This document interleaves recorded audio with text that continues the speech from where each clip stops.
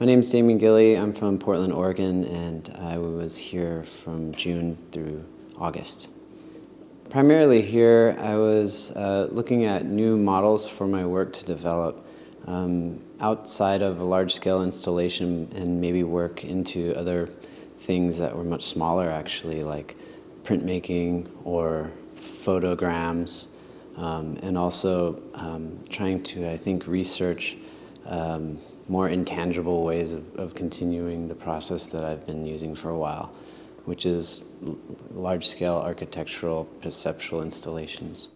Some of the projects I've been doing are continuing the same kind of formal aspects, but are trying to, I think, push the synthetic visuality a little bit more. So I've been using fluorescent tapes and trying to, I think, create lines in space, actually, physically. So, like the piece behind me has stuff on the wall, but also an element that's hanging from the ceiling, and it creates a kind of visual problem. It's a vibrating kind of thing that I like. So that's a little formal thing that I've been doing. Another project I've been developing, kind of within the same kind of synthetic visual line system, is using laser levels.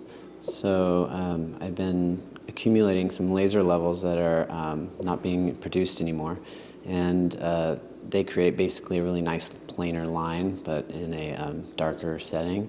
And with those, I'm looking at seeing how those lines can start to define space in a more immaterial way.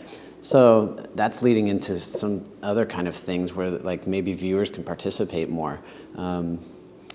The immersive nature of the installations will start to get more interactive, like the laser can actually hit you, and you can break up the artwork.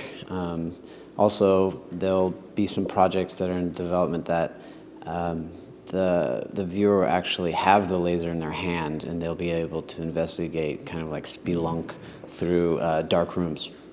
And that creates a whole nother level of perceiving architecture of a space without really seeing it purely. So that's one project I'm really excited about. Theoretically, a lot of the ideas are related to science fiction and almost like cliches of science fiction and technology. So I kind of feel that my work has what I call a retrofuturistic position, in that it's using kind of 70s science fiction and architectural theories combined with kind of today's current architectures. It's a whole new world for me to use to use a laser, which is funny because it's actually quite a ubiquitous form. We know what a laser is. You can buy a laser pointer, but actually it's highly technological, and it's also really simple. And so I think that's what I'm learning about it, is really refining that dialogue between physical things and digital things, and perceptual things and physical things, really where that's breaking down. I want to actually push the sensory perception even more than some of my works in the past might feel almost, they're freeze frames and static experiences of things that have some phenomenal nature. But the using the laser and using the interactivity of the viewer is totally new, and it's actually wide open. So I don't even know what it's going to do, but it has legs, so it's going to continue for sure.